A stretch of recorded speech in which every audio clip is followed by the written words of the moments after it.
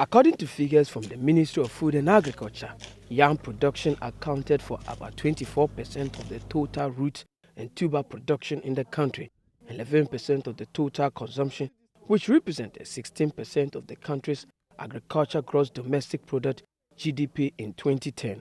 The country's export volume is around 25,000 to 35,000 metric tons per annum, but experts believe it could be improved to 400,000 metric tons per annum with expected revenue of about $5 million in 5 years, if factors like lack of seed yam for production, excessive use of chemicals by farmers, poor handling and delay at the port are minimized.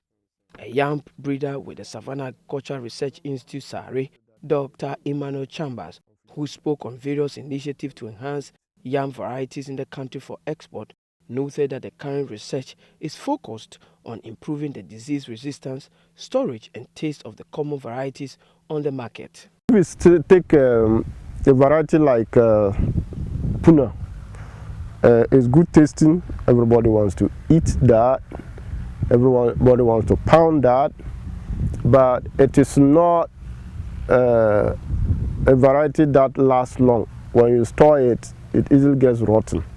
So one of my main objectives is how can I get Puna to be in its state, the state of having very good taste, poundable, and at the same time to store very long.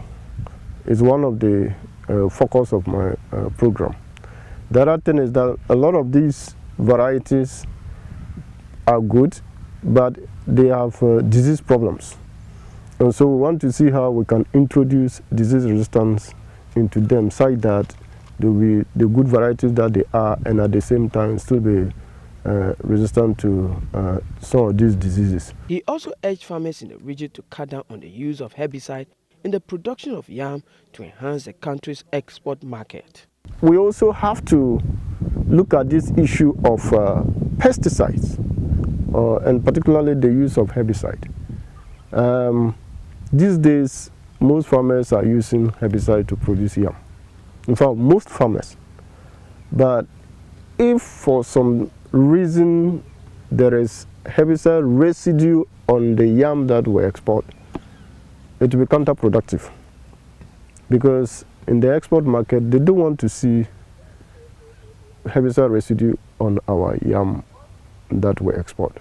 So again, if we can cut down the use of herbicides in yam production, I think it will go a long way to improve upon our export market. Dr. Chambas urged the private sector to engage young farmers to adopt innovative approaches in their packaging for export. From Tamale, Loanash for Versa One News.